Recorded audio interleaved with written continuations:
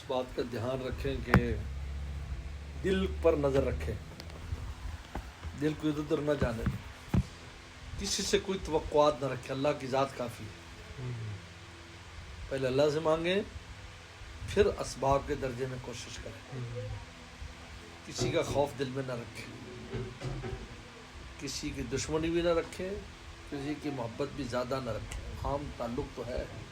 لیکن اتنی زیادہ کہ انسان کے دماغ پر سوار ہو جائے، اس اللہ کی ذات کے لیے،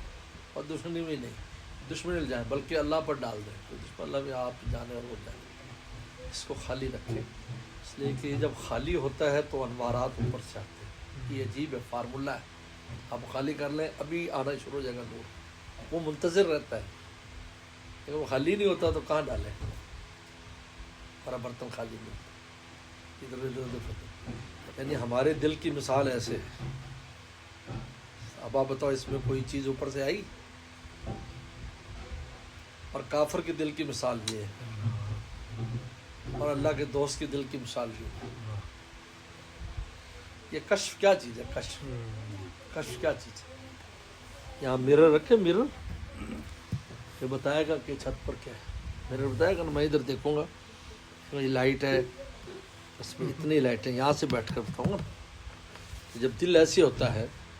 تو آسمان کی چیزیں عکس ہو جاتی ہیں، اوپر سے چیزیں ہوتا ہے، یار ایسے ہوگا، ایسا یہ ایسا میرے دل میں ایسا آ رہا ہے، ایسا آ رہا ہے، لیکن ہمارا دل اوپر ہے ہی نہیں، ادھر ادھر ہے، توقعات، خوف، لالچ، ان میں پھنسا ہوا، لیکن اتنی قیمتی چیز ہے، اللہ اکبر، کائنات اس کی قیمت نہیں دے سکتی، اتنی قیمتی چیز، اتنی قیمتی چیز ہمیں دی ہے، جس میں اللہ اپنی تجلی لاتے ہیں، کلمہ دیا ہے، قرآن یہاں رکھا، معمولی نہیں۔ صلی اللہ علیہ وسلم نے بخاری میں صاف فرمایا، تمہارے جسم میں ایک ٹکڑا ہے، اس کو سنبھال لو، وہ تمہارا دل ہے، اوروں کو نہیں کہا۔ یہ تو ہمارے شیخ فرماتے تھے اللہ کے ولیوں کی عبادت تو آپ بیٹھے چپ چاپ، تو دل کو دیکھتے رہتے ہیں، ادھر ادھر نہ چلا جائے، کیونکہ پھرتا رہتا ہے، اس کو پکڑ پکڑ کے لانا پڑتا ہے، اللہ کی طرف متوجہ رکھے، اللہ سے، تو پھر ذات الہی سے ایسا وہ ہو جاتا ہے انسان کو کہ زندگی میں ہر آدمی کو مسائل پیش آتے ہیں، لیکن فوراً وہ اللہ پر اعتماد کرتا ہے، میرا اللہ، تو اللہ تعالیٰ کر دیتے ہیں۔ ہمارے حضرت خود فرماتے ہیں کہ وہی مشکل ایک اس پر آئے گی جو اللہ تعالیٰ ایک اللہ والے پر آئے گی، اس کی جلدی ٹل جائے گی، وہ پھنسا رہے گا، کیونکہ جس نے ٹالنی ہے اس سے رابطہ ہے، اعتماد ہو گیا، وہ تھانوی نے وہ فرمایا کہ دونوں کی کیفیت میں فرق ہوگا،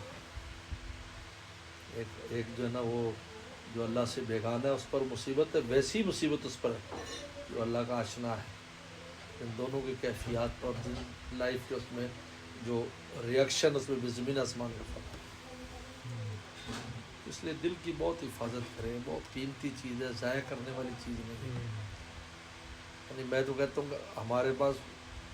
یہ زمین ہے، جیسے یہ لینڈ ہے، کتنی قیمتی ہو 10 لاکھ ہم نے پاؤنڈ کی لی ہے، 5 لاکھ، وہی بہت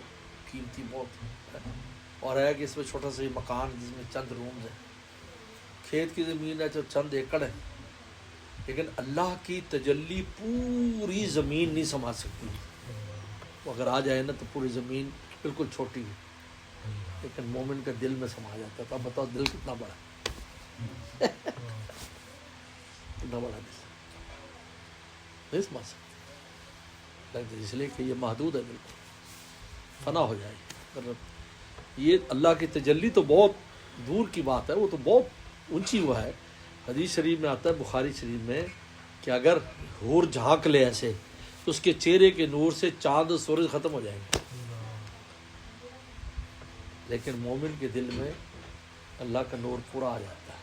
پورے کا سما جاتی ہے۔ لا یسن ارض ولا سمائی، اللہ فرماتے نہ زمین نہ آسمان مجھے سما سکتے ہیں،